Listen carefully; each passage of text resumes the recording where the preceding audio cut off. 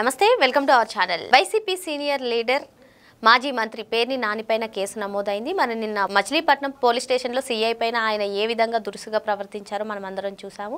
మరి ఆయన పైన కేసు నమోదవడాన్ని ఏ విధంగా చూడాలి, ఆయన ప్రవర్తించిన తీరు ఏ విధంగా చూడాలి తెలుసుకునే ప్రయత్నం చేద్దాం. దీన్ని విశ్లేషించడానికి మనతో పాటుగా ఉన్నారు ప్రముఖ రాజకీయ సామాజిక విశ్లేషకులు కొత్త రవీంద్రబాబు గారు. నమస్తే సార్.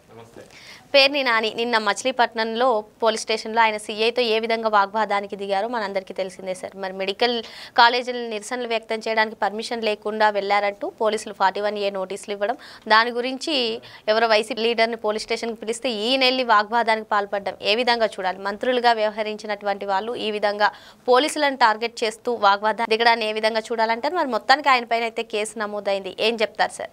ఆంధ్రప్రదేశ్ మాజీ మంత్రి పేర్ని నాని అంటే ఇప్పుడు వైఎస్ఆర్ కాంగ్రెస్ పార్టీ అధికారం కోల్పోయి సావు దెబ్బ తిన్నప్పటికీ, ఈయన కొడుకు ఓడిపోయినప్పటికీ ఈ 15 నెలల నుంచి కూడా ఎక్కువగా మాట్లాడుతున్నాడు పేర్ని నాని.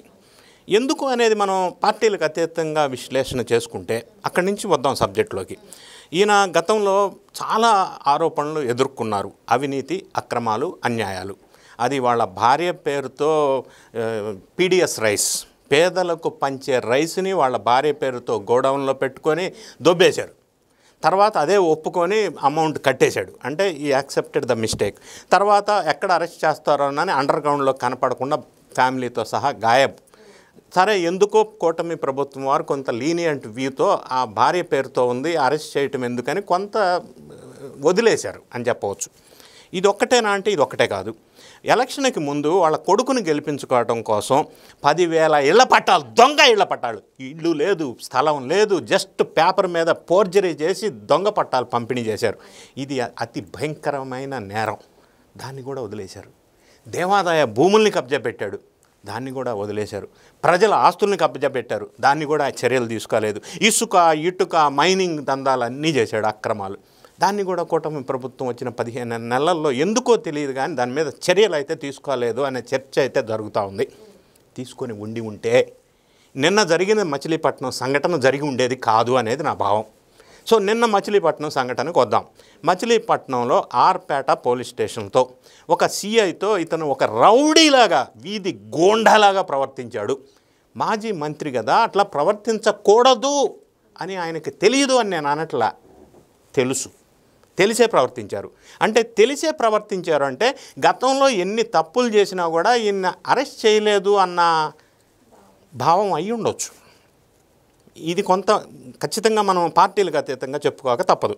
సో మనం ఈ పాయింట్కి వచ్చినట్టయితే మచిలీపట్నంలో సిఐతో ఈయన ఎందుకు రౌడీయిజం చేయబోయాడు అని అంటే, మెడికల్ కాలేజెస్ ప్రైవేటైజేషన్కి అగనెస్ట్గా కొంతమంది 400 మంది వీళ్ళ కార్యకర్తలు వెళ్ళి కొంత ధర్నా చేశారు. అది అనుమతి లేని ధర్నా. అనుమతి లేకుండా ఇటువంటి యాజిటేషన్స్ పోలీస్ వాడికి వ్యతిరేకం, శాంతి భద్రతల సమస్య వస్తుంది. కాబట్టి పోలీసు వాళ్ళు ఆ కన్సర్న్ వాళ్ళకి 41A కింద నోటీసులు ఇచ్చి విచారణకి పిలిచారు. విచారణకి పిలిచింది సుబ్బన్న అనే ఒక వైఎస్ఆర్ కాంగ్రెస్ పార్టీ కార్యకర్తని. 41A నోటీస్ ఇచ్చి పిలిచారు. ఇక్కడ ప్రొసీజర్ ఏంటంటే, నోటీస్ ఇచ్చి పిలిచినప్పుడు పోలీస్ స్టేషన్లో సిఐ గారు విచారణ చేస్తారు.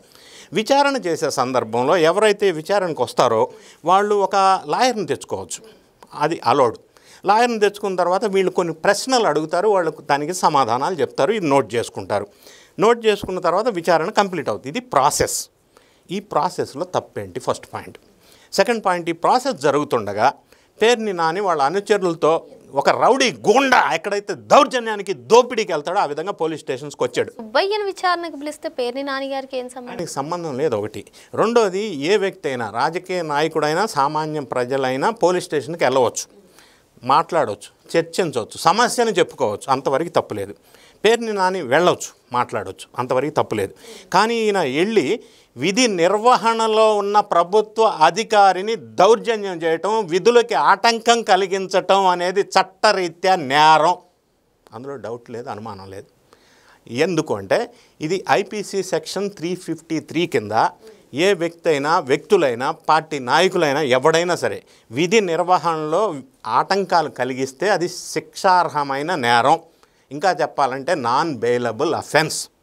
సో అది తెలిసి చేశాడు, తెలియకని అనట్లా. అంటే అహం మరి ఎందుకో తెలియదు. మరి ఈయన అంతమందిని వేసుకెళ్ళి సిఐ మీద నెక్స్ట్ మా ప్రభుత్వం వస్తే నీ సంగతి తేలుస్తాను, నువ్వు ఎక్కడుంటావు, నా సంగతి ఏమన్నాడు అని అన్నాడు. అప్పుడు సిఐ సంజాయించే ప్రయత్నం చేస్తున్నప్పటికీ ఏం చేస్తారు సార్, ఏం చేస్తారు, చేస్తే ఉరిదేస్తారా అని అంటే మమ్మల్ని ఉరిదేస్తావా అని చెప్పి రచ్చగొట్టి పిచ్చిగా మాట్లాడి మా ప్రభుత్వం అయితే నీ సంగతి తేలుస్తా అని అనకూడని మాటలు. అంటే సిఐ విధి నిర్వహణలకి ఈయన ఆటంకం కలిగించాడు స్పష్టంగా.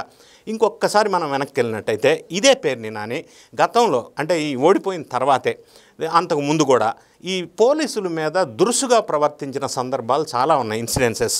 ఈ మధ్యకాలంలో ఒక ఎస్పీని కారు ఏదో పార్కింగ్ ప్లేస్లో అడ్డుగా ఉంది, నన్ను అడుగుతావా నువ్వు, నేను మినిస్టర్ని, నువ్వు నేను చెప్పినట్టు చేయాల్సిందే అని అంటే డ్యూటీలో ఉన్న పోలీసుని దుర్భాషలాడిన సంఘటనలు కూడా ఉన్నాయి.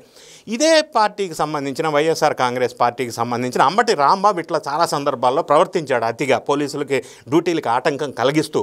ఇంకా వాళ్ళ మీద కేసులు పెట్టి అరెస్ట్ చేసేది ఉండే, చేయలా.